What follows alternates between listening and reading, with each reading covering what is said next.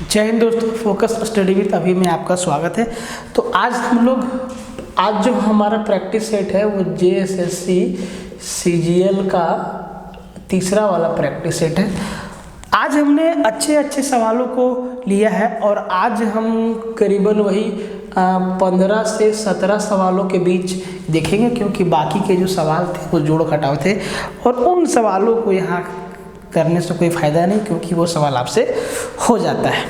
फिलहाल तो भैया, जिन लोगों ने टेलीग्राम ज्वाइन नहीं किया है, लिंक डिस्क्रिप्शन में दिया हुआ है, अब वहाँ से टेलीग्राम को ज्वाइन कर लो। और भाई 100-200 व्यू के लिए हम लोग इतना मेहनत नहीं करते हैं, ठीक है, और ना ही कोई करेगा, ठीक है। ये बात अलग है कि आप लोग ध्यान नहीं दे रहे हो भाई मेरे। हम यहाँ पे चाहे हम हो चाहे अभिषेक सर हो, वो यार सब लोग यहाँ मेहनत कर रहे हैं कि ताकि आप लोग को बेस्ट कंटेंट मिले, बढ़िया कंटेंट मिले फ्री में।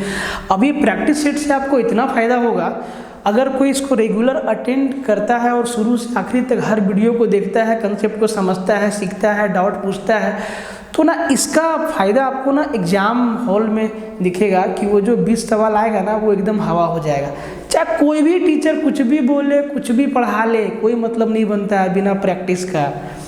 और प्रैक्टिस परफेक्ट आपका तभी होगा जब आप उसके पीछे के कंसेप्ट को जानेंगे।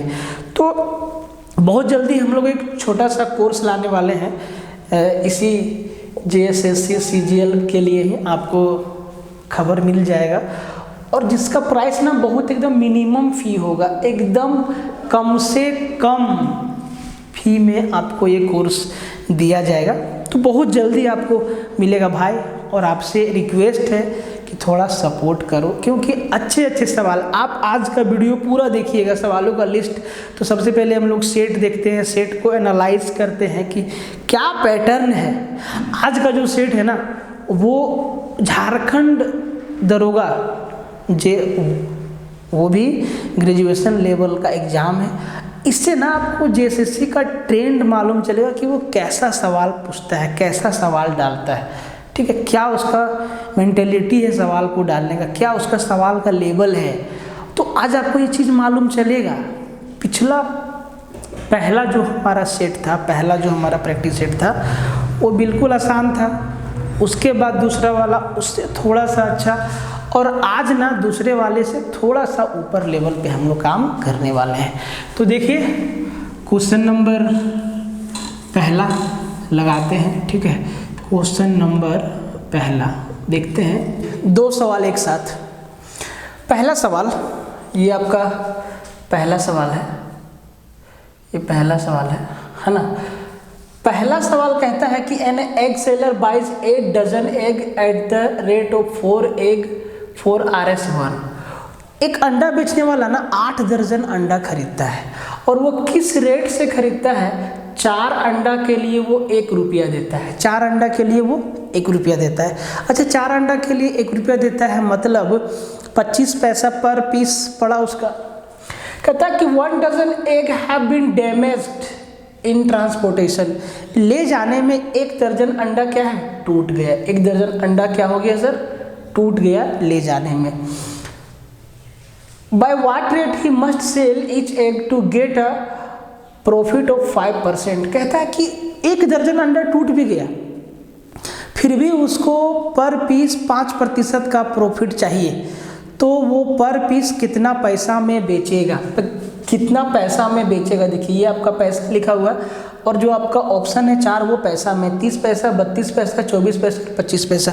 सवाल को एक बार फिर से समझिए। 8 दर्जन अंडा आप खरीदे, और जो रेट, जिस रेट से आप खरीदे वो था आपका 25 पैसा पर पीस, क्योंकि लिखा हुआ है 1 रुपया के 4, 1 रुपया में 4। अच्छा, 1 रुपया में 4 लिए, मतलब 25 पैसा पर पीस लिए। आप ले जा रहे थे, उसी टाइम जो है 1 दर्जन अंडा फूट गया, तो आपने खरीदा था 8 दर्जन, तो एक दर्जन तो आपका बेकार हो गया। आप बेचेंगे कितना? 7 दर्जन। भाई 7 दर्जन में पर पीस किस रेट से बेचेंगे कि आपको 5% का प्रॉफिट भी हो? देखिए जरा एक बात समझिए, 8 दर्जन में कितना पीस अंडा आएगा? तो कहेंगे 8, 1 दर्जन में 12 पीस, तो 8 दर्जन में आएगा 96 पीस अंडा आएगा। 12 × 96, तो 96 पीस अंडा का दाम कितना हो गया सर? अगर 1 रुपया में 4 अंडा आता है तो इसका मतलब 96 पीस अंडा खरीदने में आपको 24 रुपया लगा होगा। 1 रुपया में 4 पीस, तो 96 पीस का कितना रुपया? 96 को 4 से भागा देंगे तो कितना आएगा? 24 रुपया आपका क्या लगा? कॉस्ट। 24 रुपया क्या हो गया आपका? Cost price. 24 रुपया आपका लागत है। लेकिन 96 तो आप खरीदे, लेकिन 1 दर्जन टूट गया। 1 दर्जन टूट गया, इसका मतलब आप 7 दर्जन को बेचेंगे। 7 दर्जन को बेचेंगे तो 7 दर्जन में कितना पीस? तो 12 सत्ते 84 पीस ही अब बेचेंगे। 12 सत्ते 84 पीस, ठीक है। अब जो है 84 पीस भाई जो फूटा, बर्बाद हुआ, उसका कॉस्ट जो बचा उसी के ऊपर ना बिठाएंगे। उसका कॉस्ट घर से हम थोड़ी लगाएंगे। कोई भी दुकानदार, कोई भी बिजनेसमैन अगर कुछ सामान ले जाने में टूट जाता है, फूट जाता है, तो उसका कॉस्ट जो है, जो बाकी बचा सामान है, उस पर वो बिठा देता है, ठीक है। तो अब आपको ये समझना है कि 84 पीस का दाम हो गया 24 रुपया। तो जी 1 पीस का दाम कितना? तो आप कहेंगे सर 24/84 रुपया। ये 24/84 रुपया किसका? 1 पीस का दाम हो गया। देखिए ऑप्शन दिया है आपका पैसा में, तो ये 24/84 रुपया है। इस रुपया को पैसा में बदलने के लिए 100 से गुना, तो ये जो है ना 1 पीस का नया सीपी निकला अंडा फूटने के बाद। अब कहता है कि हमको ना 5% का प्रॉफिट चाहिए।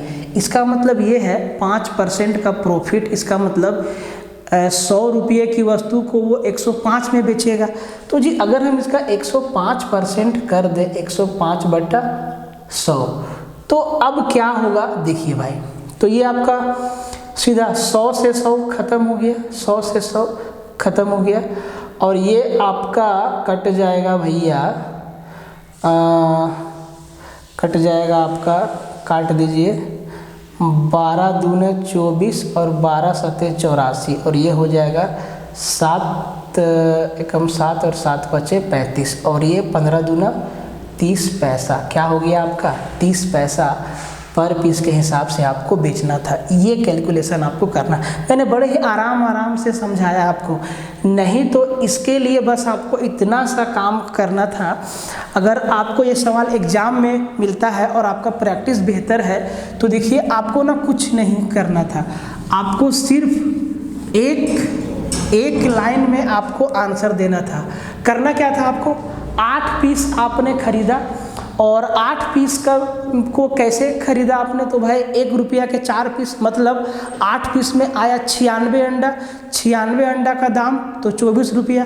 24 रुपया में आप खरीदा 96 अंडा, लेकिन 96 अंडे आपने बेचे नहीं, 12 जो है टूट गए ले जाने के टाइम। इसका मतलब आपको बेचना है कितना? 84। तो भाई 84 अंडा का दाम पड़ा 24 रुपया, क्योंकि जो टूटा उसका दाम उसी पे बैठेगा। तो 1 अंडा का दाम, तो आप कहेंगे सर 24/84 रुपया पड़ा 1 अंडा का दाम। अब ये रुपया में है और सारा ऑप्शन मेरा पैसा में है, इसका मतलब रुपया को पैसा में चेंज करना होगा। ये जो है 1 अंडा का क्या कॉस्ट प्राइस हो गया टूटने के बाद। अब हमें 5% का प्रॉफिट चाहिए। इसका मतलब 100 के चीज़ को 105 में बेचेंगे, तो ये 100 से 100 आपका क्या हो गया? कैंसिल हो गया। और 12 दूना 24, 12 सत्ते 84, और 7 से ये 15 बार में, और 15 दूना 30 पैसा आंसर। इतना ही कैलकुलेशन आपको करना था, ठीक है। बहुत ही आसान सवाल था, और आज के सवाल का जो लेवल है वो थोड़ा सा अच्छा है। हम लोग धीरे धीरे लेवल की ओर बढ़ रहे हैं। इस सवाल को देखिए टाइम एंड वर्क से। कहता है कि if 20% can do a work in 10 days. अरे 20 आदमी एक काम को 10 दिन में कर लेता है, तो कहता है कि then how many days 25% will complete the work. तो कहता है कि यदि 20 व्यक्ति एक काम को 10 दिन में कर लेता है, तो 25 व्यक्ति उसी काम को करने में कितना समय लगेगा। अगर 20 व्यक्ति एक काम को 10 दिन में करता है, तो एक आदमी अकेले कितना समय लेगा? 20 गुना 10, 200 दिन लेगा। तो 25 आदमी कितना समय लेगा? तो 10 गुना 20, इसी को भागा लगा देंगे 25 से। 5 बचे 25 और 5 चौके 20, 5 दूना 10 और 4 दूना 8 दिन क्या होगा, इसका आंसर हो जाएगा। ऐसे ही तो बनाते हैं सब सवाल को। सवाल कैसा भी हो, मुश्किल हो, आसान हो, आपका कंसेप्ट बहुत मजबूत होना चाहिए। अब ये सारी चीज़ें मैंने आपको समझाने के लिए लिखा। अब आपको समझना चाहिए कि जब आपका प्रैक्टिस बहुत मजबूत रहेगा तो आप देखिएगा कि 20 आदमी एक काम को करता है 10 दिन में। 20 आदमी एक काम को 10 दिन में, अगर हम एक आदमी से काम को करवाएं तो दिन कितना, 20 आदमी 10 दिन में, तो एक आदमी 20 गुना 10 दिन मतलब 200 दिन लेगा। इतना दिन लेगा अगर एक आदमी अकेले काम करेगा तो भाई आप 25 आदमी, तो इसी को 25 से भाग लगा दीजिए, तो यहाँ आपका दे देगा क्या, 8 दिन। टाइम एंड वर्क का सवाल है, एग्जाम में इसी अप्रोच के साथ आपको तोड़ना है, ठीक है। क्योंकि अगर आप अप्रोच नहीं लगा पाए, इसका मतलब आप कहीं ना कहीं अपना प्रैक्टिस को कमज़ोर तरीक़ा से लिए हैं, प्रैक्टिस आप किए नहीं हैं, चैप्टर के कंसेप्ट को आप समझे नहीं हैं। तो समझेंगे हम लोग डिटेल से भी। और भाई वीडियो को लाइक करते चलो, चैनल को शेयर मारो, सब्सक्राइब मारो। यहाँ 100-200 व्यू के लिए हम लोग इतना मेहनत नहीं कर रहे हैं बाबू, इस बात को आप लोग समझिए और थोड़ा हमें बूस्टअप दीजिए कि ताकि हमें भी मोटिवेशन मिले। बार बार एक ही बात को बोलना अच्छा नहीं लगता है, बाकी आपकी मर्जी, ठीक है। नेक्स्ट 3 और 4 कहता है कि Mohit reaches his school in 20 minute with constant speed. 20 minute में मोहित जो है स्कूल पहुंच जाता है, कांस्टेंट लगातार चलते रहता है तो, और उसका स्पीड बराबर रहता है। If school is situated at 8 metre away from his home, उसका घर से स्कूल की जो दूरी है वो 800 मीटर है। कितना है, देखिए 800 मीटर दूरी है और वो समय लेता है 20 मिनट। पूछा क्या है कि मोहित की चाल क्या है। ऑप्शन देखिए, ऑप्शन है मीटर पर मिनट में, मतलब आपको कुछ भी चेंज नहीं करना है। तो चाल पूछा है, स्पीड पूछा है, स्पीड निकालने के लिए आपको क्या चाहिए, डिस्टेंस और टाइम, क्योंकि स्पीड इक्वल टू क्या होता है, डिस्टेंस अपॉन टाइम। तो डिस्टेंस कितना है 800 मीटर और स्पीड कितना है और वो टाइम कितना लेता है 20 मिनट। तो 20 चौके 80, मतलब 40 मीटर पर मिनट उसका क्या हो गया, स्पीड हो गया मोहित का। एकदम सिंपल सवाल है, ठीक है। इस सवाल को देखिए, कहता है find the acute angle of theta if 8 cos square theta equal to 6। दिया बोला कि थीटा का वैल्यू क्या है, 30 डिग्री, 60 डिग्री, 45 डिग्री, 0 डिग्री। अगर 8 cos स्क्वायर थीटा बराबर 6 दिया हुआ है, कई तरीके हैं ऐसे सवाल को करने के। या तो आप थीटा का वैल्यू 30 डिग्री या 60 डिग्री या 45 डिग्री या 0 डिग्री, जो सेटिस्फाई कर जाएगा यहाँ पे वही उसका उत्तर होगा। आप थीटा का वैल्यू पुट कर सकते हैं, नहीं तो आप आप जो है बेसिक से भी जा सकते हैं, क्योंकि इसका बेसिक बहुत टफ नहीं है, एकदम आसान है। देखिए अगर हम थीटा का वैल्यू 30 डिग्री रख दें और 30 डिग्री रखने के बाद इधर भी 6 आ जाता है, क्योंकि इसका वैल्यू 6 के बराबर है, अगर इधर भी 6 आ जाता है तो हमारा आंसर होगा 30 डिग्री। अगर 60 डिग्री रखने के बाद आ जाता है तो हमारा आंसर होगा 60 डिग्री। लेकिन आपको बेसिक समझाते हैं, क्योंकि बेसिक समझाना बहुत ज़रूरी है। देखिए 8 cos स्क्वायर थीटा, तो cos square theta equal to क्या होता है, नहीं आप इसको ऐसे निकालिए डायरेक्ट। क्या हम इसको लिख सकते हैं cos स्क्वायर थीटा बराबर 6/8, क्या हम इसको 3/4 नहीं लिख सकते हैं। और cos स्क्वायर थीटा, तो cos थीटा बराबर हम क्या लिखेंगे, √3/4, और इसको हम क्या लिखेंगे, √3/2, क्योंकि √4 का वैल्यू 2। तो अगर cos थीटा बराबर √3/2 है तो आप जरा वैल्यू वाला चार्ट याद करिए एक बार कि cos का वैल्यू किस थीटा डिग्री पे √3/2 होता है। तो आप देखेंगे कि 30 डिग्री पे होता है √3/2। इसका मतलब cos थीटा बराबर हम इस √3/2 के जगह पर हम cos 30 डिग्री लिख सकते हैं ना, और cos कैंसल, थीटा का वैल्यू कितना आ गया 30 डिग्री।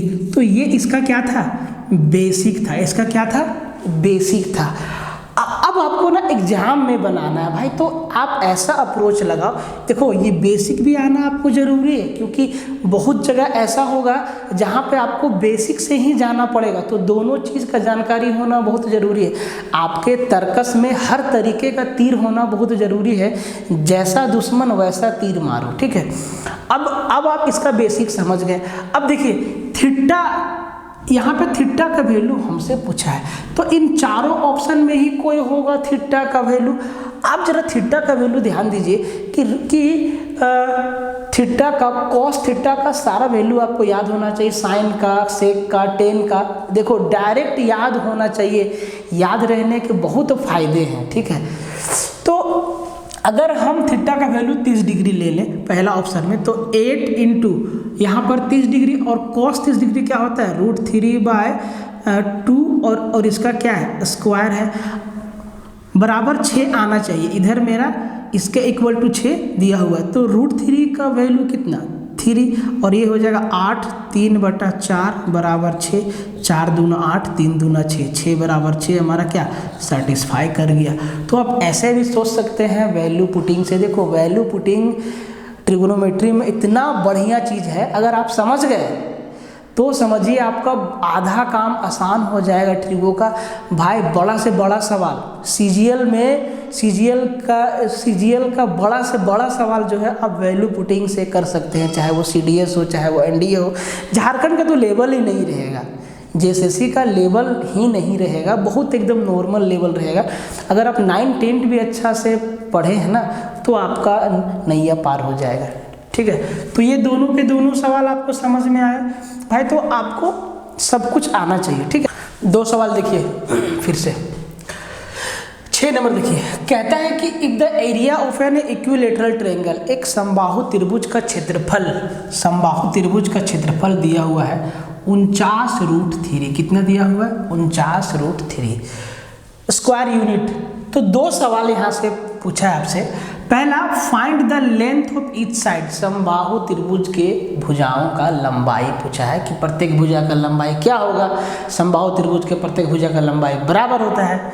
दूसरा सवाल पूछा है व्हाट इज द अल्टीट्यूड, समबाहु त्रिभुज के का ऊंचाई पूछा है कि दूसरा में क्या पूछा है ऊंचाई, और पहला में पूछा है कि भुजा का लंबाई, और दिया हुआ क्या है क्षेत्रफल। हिंदी वाला के लिए इतना सफिशिएंट है। इक्विलेटरल ट्रायंगल समबाहु त्रिभुज का क्षेत्रफल का फॉर्मूला क्या होता है √3/4a², और इसके बराबर क्या दिया हुआ है 49√3। तो भैया √3 से √3 आपका उड़ गया और 4 उधर गया, 49 गुना 4, तो a का वैल्यू हो जाएगा √49 गुना 4 मतलब 7 दूना 14। तो प्रत्येक भुजा का देख भाई इतना हम कैलकुलेशन यहाँ एक लाइन स्किप किए हैं, तो ये आपको आना चाहिए। आप एग्जाम देने जा रहे हैं, ऑफिसर बनने जा रहे हैं, इतना प्रैक्टिस आपको होना चाहिए, समझे। इतना क्या, इससे बहुत ज़्यादा होना चाहिए, तब जाके मज़ा आएगा, ठीक है। तो कहता है कि तो जी ए क्या बताता है ईच साइड, तो ईच साइड का तो लेंथ आपको मिल गया 14 यूनिट। अब बोला है कि इसका हाइट, तो ऊंचाई का फॉर्मूला क्या होता है √3/2 गुना a, और a का वैल्यू क्या मिला भाई 14, तो ये यहाँ लगा देंगे 14 और 2 से 7, तो आपका आ गया 7√3। 7√3 आपका क्या आ गया ऊंचाई आ गया। तो देखिए 14 भुजा और 7√3, पहला वाला ऑप्शन आपका क्या हो गया आंसर हो गया, ठीक है। आगे बढ़ते हैं और देखते हैं आपका ये ट्रिगो वाला सवाल, बहुत अच्छा सवाल है ट्रिगो वाला, देखिए आप ध्यान से समझिए इसको, ठीक है। कहता है कि एक पेड़ आंधी में टूट गया, एक पेड़ जो है वो आंधी में टूट गया, उस पेड़ का शीर्ष भूतल से 45 डिग्री के कोण पर टिका है। देखो एक पेड़ था वो आंधी में टूट गया और टूट के जमीन पर आके गिरा, और जमीन पर जो कोण बना वो बना 45 डिग्री का, और उसकी दूरी जड़ से 50 मीटर है। तो उस पेड़ की ऊंचाई क्या है, देखिए अब बात को समझिए, ठीक है। तो जी ऐसा एक पेड़ खड़ा था, ठीक है, ऐसा एक पेड़ खड़ा था, आंधी आया और इसको तोड़ दिया, तो ये टूट के ऐसे ज़मीन पे जाके गिरा, और ये हमारा ज़मीन है। तो जब ये ज़मीन पे जाके गिरा तो यहाँ पे ना 45 डिग्री का कोण बनाया। और भाई जमीन पे पेड़ खड़ा है सीधा, तो इसका एंगल कितना 90 डिग्री। पूरा ट्रिगोनोमेट्री का जो बेस है वो राइट एंगल ट्रायंगल पे समकोण त्रिभुज पे टिका हुआ है। ये बात आपको समझ में आना चाहिए, ठीक है। और कहता है कि जड़ से जमीन का जो दूरी है वो 50 मीटर है। क्या है? 50 मीटर है। एक बात समझो मेरे भाई, ये 45 डिग्री है तो यहाँ भी कितना होगा 45 डिग्री। क्यों? क्योंकि यहाँ पे ऑलरेडी 90 डिग्री है, राइट एंगल ट्रायंगल है।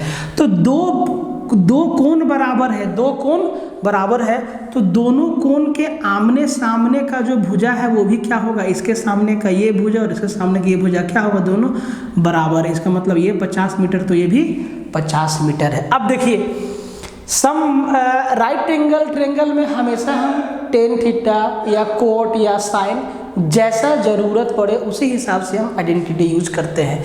तो आपका आधार दिया हुआ है, ऊंचाई दिया हुआ है, क्या निकालना है, कर्ण। तो जब ये दोनों साइड बराबर हो, ये दोनों साइड आपका बराबर हो, आप इस चीज़ को याद रखिएगा। राइट एंगल ट्रायंगल के लिए ये है 90 डिग्री और ये है 45 डिग्री। क्या है ये? 45 डिग्री। अगर ये ए यूनिट है और ये यूनिट है तो ये हो जाता है √2a यूनिट, ठीक है। तो आप इसको याद रखिएगा, ये वाला चीज़ आपको बहुत जगह देखने को मिलेगा। तो ये 50 तो ये कितना हो जाएगा 50√3। कहता है कि पेड़ का ऊंचाई कितना है, पेड़ का ऊंचाई कितना है। तो एक बात बताइए, ये वाला हिस्सा और ये वाला हिस्सा ही तो पेड़ का ऊंचाई है। तो ये वाला हिस्सा है 50 और ये वाला हिस्सा है ये 50√2 होगा यहाँ, है ना। और ये वाला है 50√2, तो दोनों को जोड़ेंगे तो 50 + 50, 50 कॉमन आएगा, 1 + √2, मतलब 50 × 1 + √2 क्या है, पेड़ का ऊंचाई है। ये बात आपको समझ में आना चाहिए।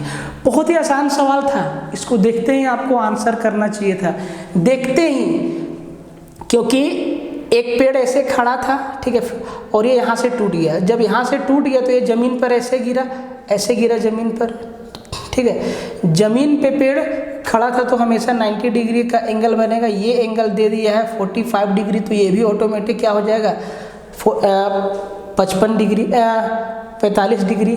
ये समद्विबाहु समकोण है, ये दोनों भुजा आपस में क्या होगा बराबर, क्योंकि दो कोण बराबर है तो इसके आमने सामने का भुजा क्या होगा बराबर। ये दिया है 50 मीटर तो ये ऑटोमेटिक क्या हो जाएगा 50 मीटर।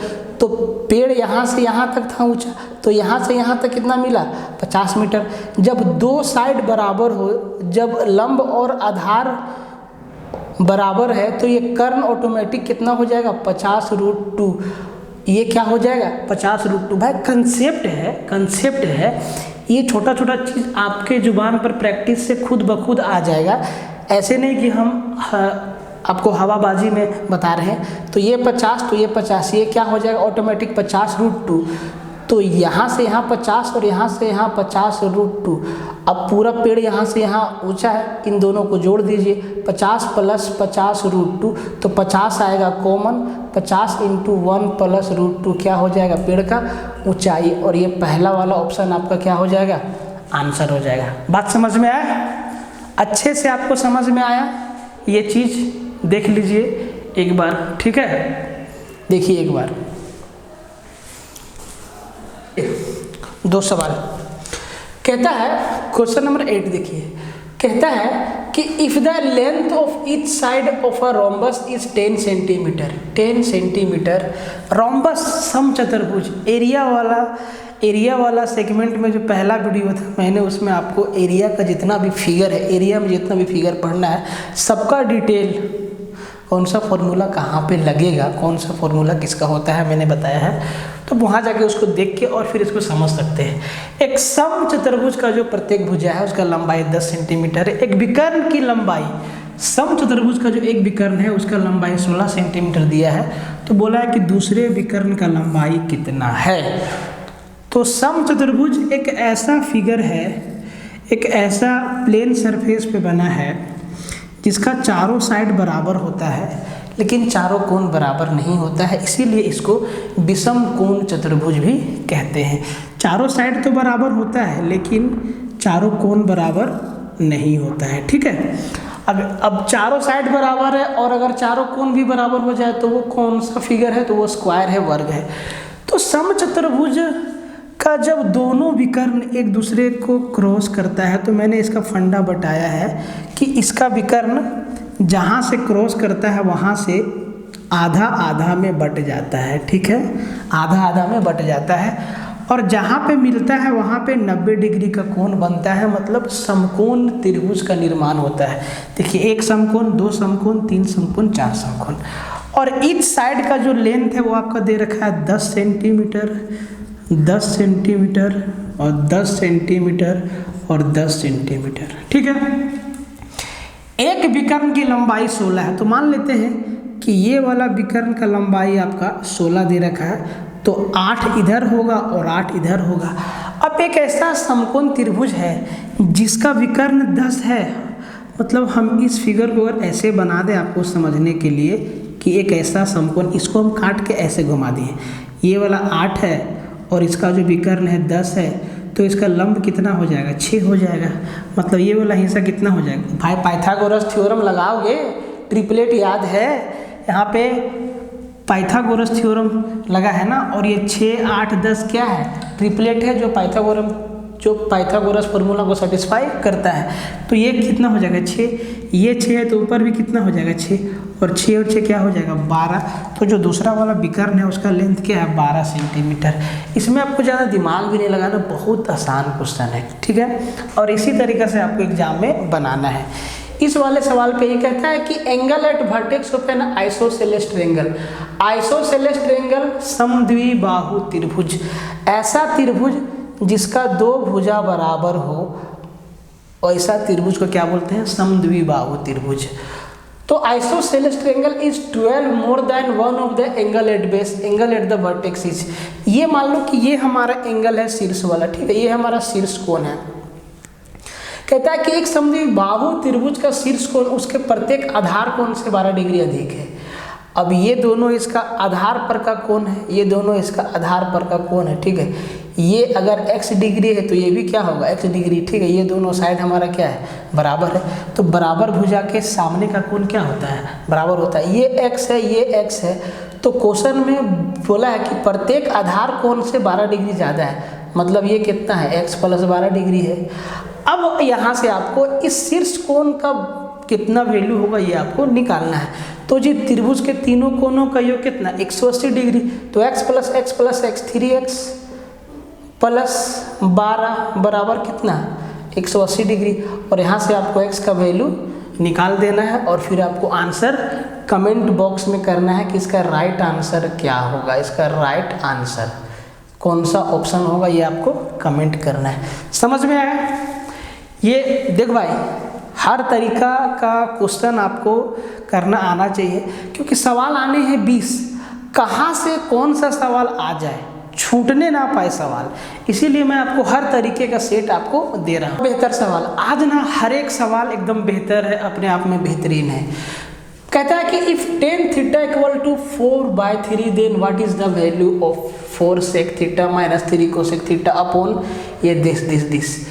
हिंदी वालों के लिए इफ का मतलब यदि, tan थीटा मतलब tan थीटा, 4/3 मतलब 4/3, देन द वैल्यू ऑफ, का मान ज्ञात करिए, हिंदी वाला के लिए का मान ज्ञात करिए, ठीक है, इसका मान ज्ञात करना है। tan थीटा का वैल्यू दिया है 4/3, ठीक है, तो सेक और कोसेक, बात को समझिए, फटाक से बनाइए राइट एंगल ट्रायंगल, हालांकि इसकी आवश्यकता नहीं पड़ेगी आपको एग्जाम में, जब आप ठीक से प्रैक्टिस आपका रहेगा तो, ठीक है। तो देखिए tan, ये एंगल अगर थीटा है तो tan थीटा, tan जो है आपका परपेंडिकुलर और बेस को रिप्रेजेंट करता है, परपेंडिकुलर और बेस का रेशियो बताता है, तो ये 4 है और ये 3 है, तो आपका जो कर्ण है हाइपोटेनस से वो ऑटोमेटिकली क्या हो जाएगा, 5, क्योंकि 3, 4, 5 जो है सबसे पहला और बेसिक और सबसे छोटा इंटीजर ट्रिपलेट है, तो ये 3, 4, 5 आपके दिमाग में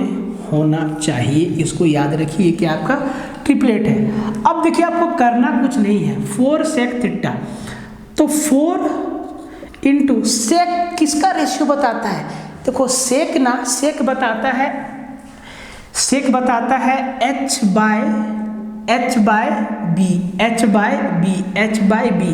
तो हाइपोटेनस देखो, ये हमारा हाइपोटेनस है, ये हमारा बेस है और ये हमारा परपेंडिकुलर है। ठीक है, ये हमारा परपेंडिकुलर, ये हमारा बेस और ये हमारा हाइपोटेनस। हाइपोटेनस कभी भी चेंज नहीं होता है। तो क्या होता है h बाई बी 5/3, 5 तो 4 × 5/3, तो 4 इंटू, तो ये हो जाएगा 4/20/3 माइनस कोसेक जो है हाइपोटेनस और परपेंडिकुलर का रेशियो बताता है h/p, तो 5/4, लेकिन यहाँ 5 के गुना में क्या 3 है, तो 5 या 15/3। नीचे सेम चीज़ है, आपको बस प्लस लगा देना है। 20/, यहाँ पर 4 होगा, 20/3 प्लस 15/4।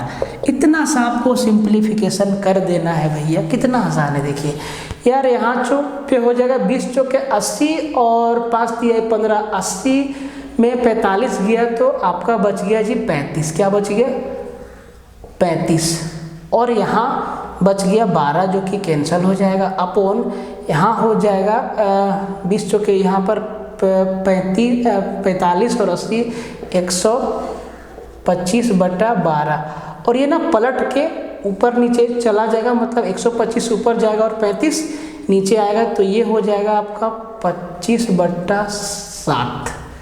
ऑप्शन नंबर सी क्या हो जाएगा आपका आंसर हो जाएगा। एकदम बेहद आसान चीज़ है, आपको ये सब आना चाहिए। अब भाई ऐसा नहीं कि बहुत लोगों को समझ में नहीं आया होगा कि सर यहाँ पे कर क्या दिए। अरे भैया यहाँ पे 2 फ्रैक्शन एक साथ है। अगर आपको कहीं लिखा है a/b/c/d, तो क्या आप इसको a/b गुना ये d/c नहीं लिखेंगे? ये चीज़ आप नहीं लिखेंगे।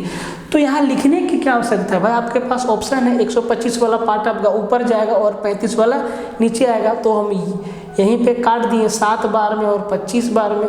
यहाँ आया 7/25, मतलब जो ऑप्शन होगा वो 25/7 आएगा। इतना आपको आना चाहिए। इस सवाल को देखिए, कहता है कि a rhombus having diagonals 5√2 centimetre and 6√2 centimetre. एक रोम्बस है, एक समचतुर्भुज है जिसका दोनों विकर्ण दिया हुआ है, एक 5√2 सेंटीमीटर है और एक 6√2 सेंटीमीटर है।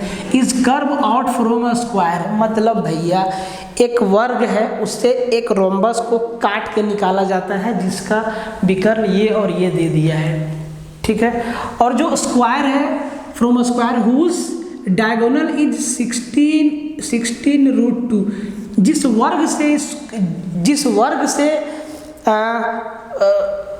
वर्ग से रोम्बस को काट के निकाला जाता है ना, उस वर्ग का जो विकर्ण दे दिया है वो 16√2 सेंटीमीटर दे दिया है। तो बोला है कि फाइंड द एरिया ऑफ, जो पार्ट बचेगा वो कितना होगा। ठीक है, तो भाई मान लो कि ऐसे हमारा एक वर्ग है, एक हमारा एक वर्ग है ऐसे। ठीक है, इसका विकर्ण दे दिया है, इसका डायगोनल दे दिया है 16√2 सेंटीमीटर। ये मैं आपको समझने के लिए बना रहा हूँ। ठीक है, अब एक ना समचतुर्भुज ऐसे हम काट के निकाल लेते हैं। ठीक है, इसको हम काट के बाहर निकाल लिए, ये वाला पार्ट को हम काट के क्या किए, बाहर निकाल लिए। तो जो हमारा शेष भाग बचा, ये वाला पार्ट, इसका क्षेत्रफल कितना होगा, जो हम गोल गोल किए हैं, जो गोल गोल वाला भाग है, इसका क्षेत्रफल कितना होगा। तो अगर पूरा वर्ग के क्षेत्रफल में अगर समचतुर्भुज के क्षेत्रफल को घटा दें तो क्या शेष भाग का क्षेत्रफल नहीं बचेगा, एकदम निकलेगा। तो देखिए वर्ग का क्षेत्रफल कितना, तो वर्ग का क्षेत्रफल 2 तरीका से निकालते हैं। एक विकर्ण दिया हो तो उसके सहारे, और दूसरा अगर भुजा दिया हो तो उसके सहारे।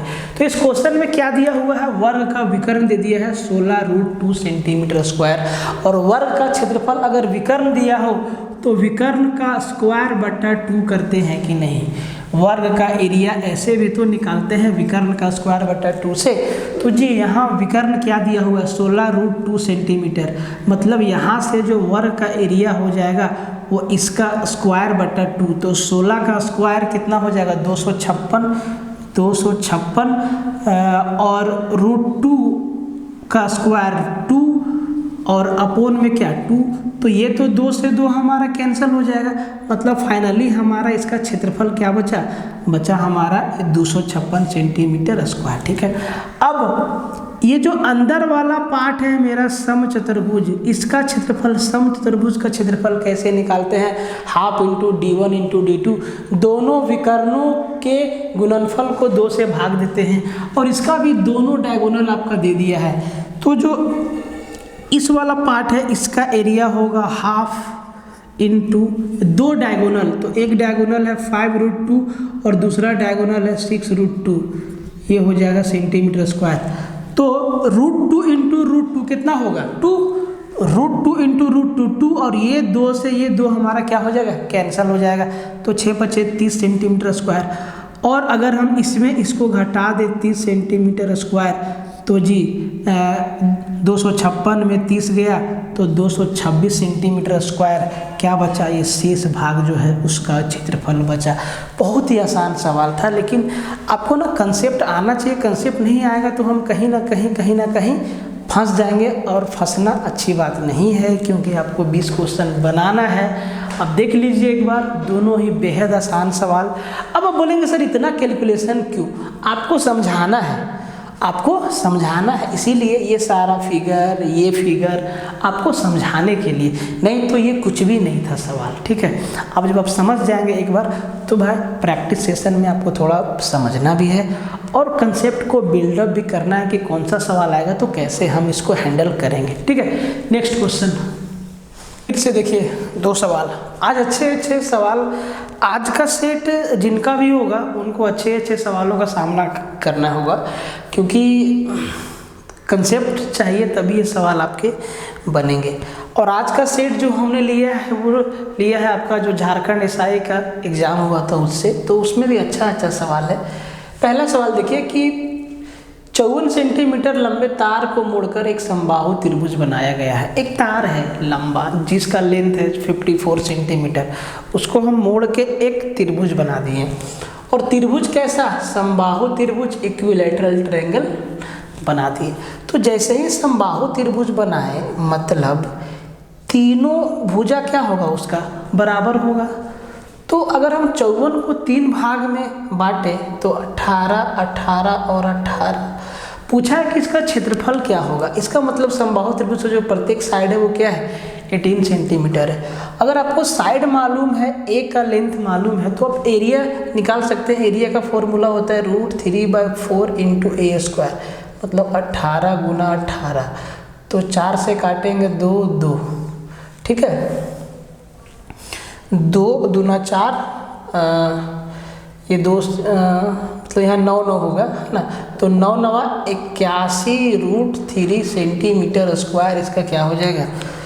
बहुत ही आसान सवाल है, आप समझ सकते हो कि आपको समबाहु त्रिभुज का एक साइड दिया हुआ है और आपको उसका एरिया निकालना है, ठीक है। इस सवाल पे आते हैं। कहता है कि 35 सेंटीमीटर रेडियस का एक गाड़ी का पहिया है जो 1 सेकेंड में 2 चक्कर लगाता है। 1 सेकेंड में 2 चक्कर। जब वो 1 चक्कर लगाएगा तो अपना पेरीमीटर के लेंथ को मापेगा, ठीक है।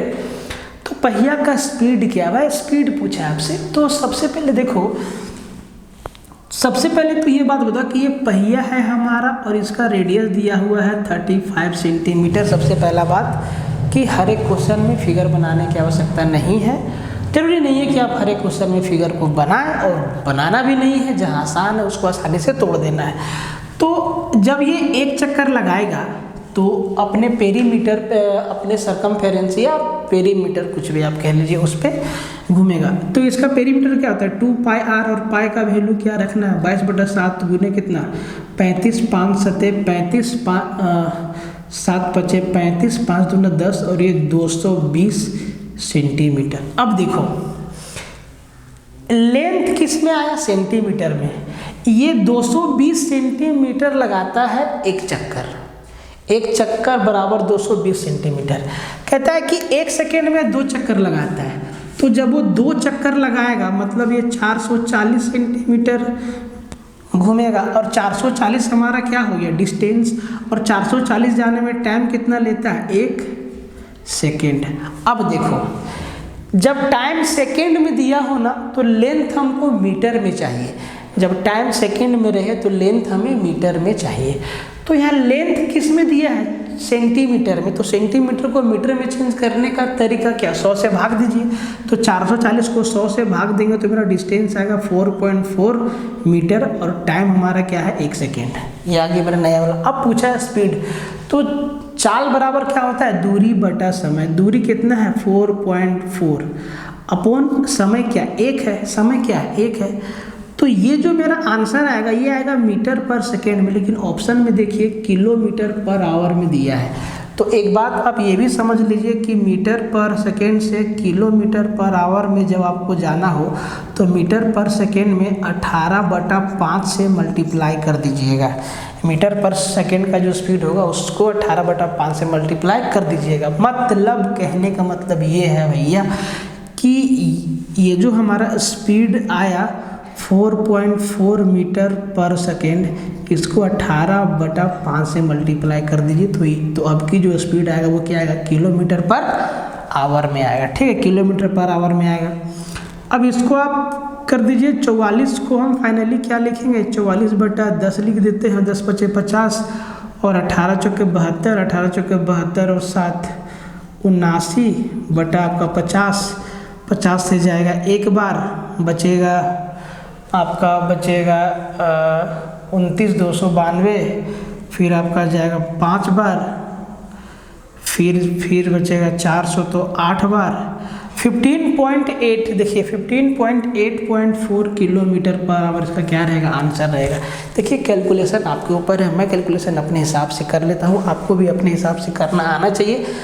और आप ज़्यादा समय ना लगाएं, ये फिगर मैंने इसीलिए बनाया कि ताकि आप चीज़ों को समझ सके, रिलेट कर सके। ठीक है, नेक्स्ट क्वेश्चन पे आते हैं।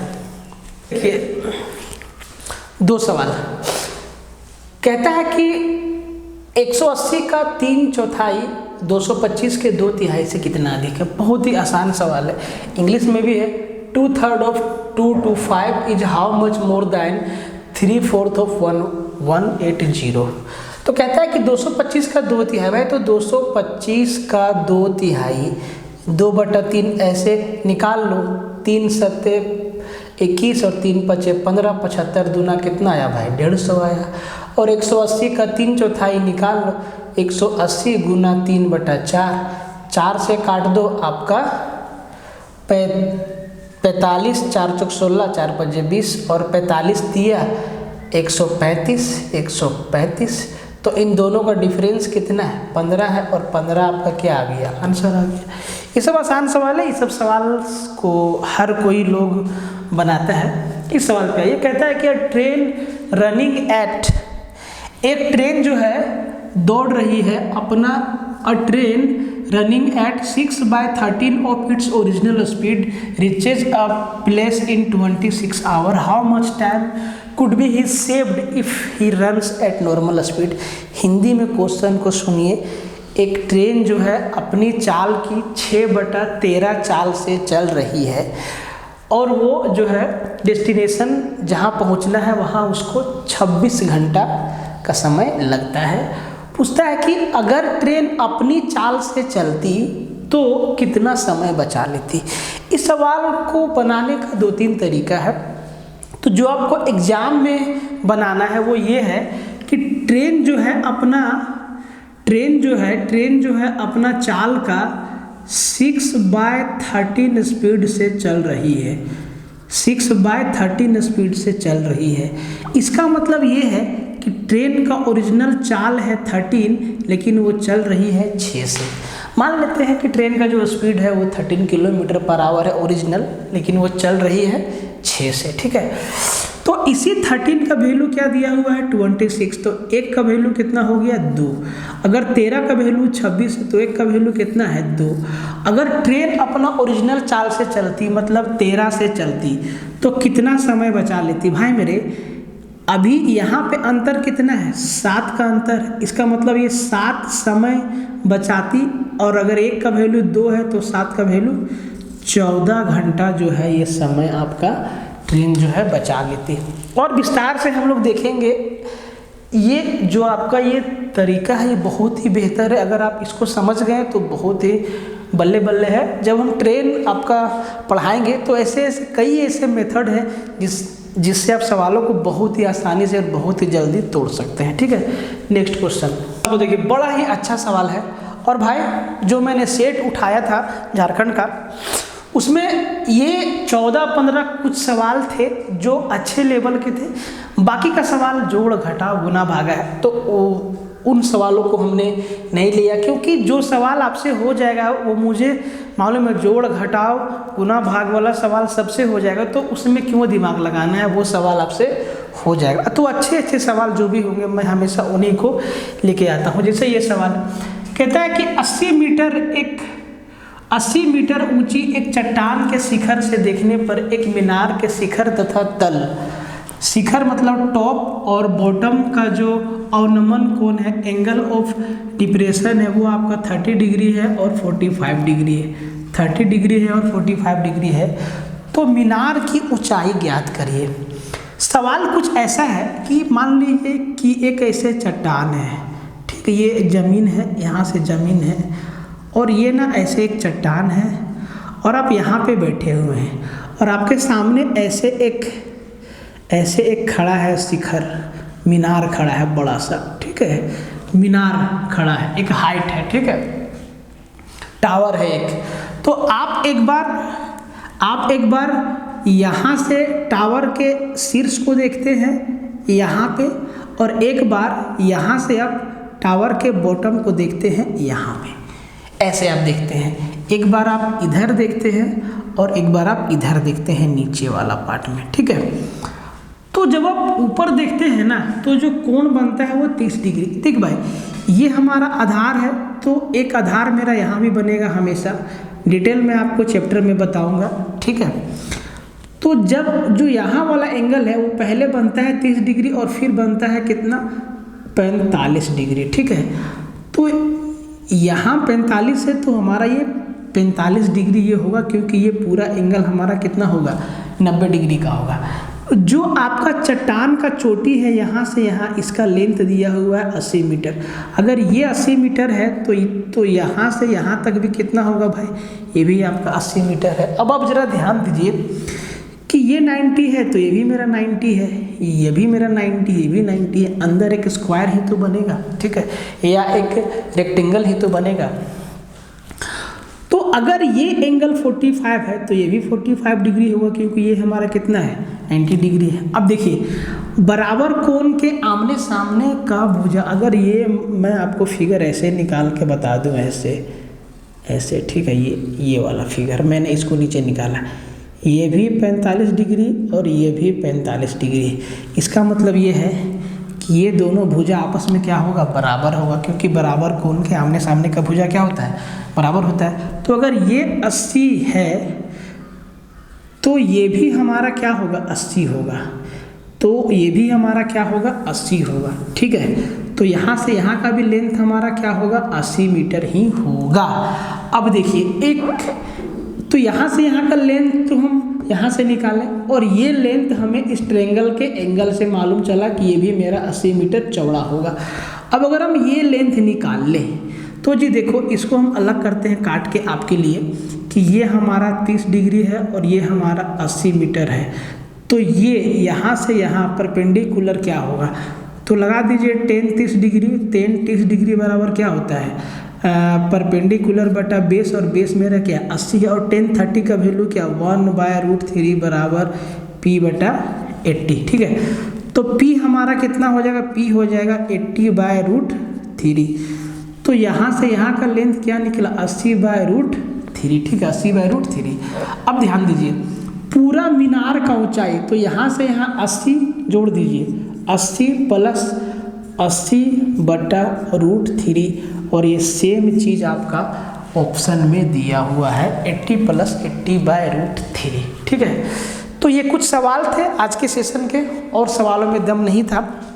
अब की बार ऐसा होगा कि जो भी सेट में अच्छे सवाल होंगे, बढ़िया सवाल, कंसेप्ट वाले सवाल, और वैसे सवाल जोड़ घटाव वाले जो आपसे बन जाएंगे, मैं उनको यहाँ लेके नहीं आऊँगा, क्योंकि उससे टाइम वेस्ट होता है और अच्छा नहीं लगता। वो जो सवाल आपसे हो जाएगा, जैसे कि सिंप्लीफिकेशन का कुछ सवाल रहता है, तो वो ऐसे वाले सवाल, तो मैं इनको यहाँ पे नहीं बताऊंगा, क्योंकि ये सवाल बहुत लोगों से, सभी लोगों से बन जाएगा। जोड़ घटाव गुना भाग सबको आता है।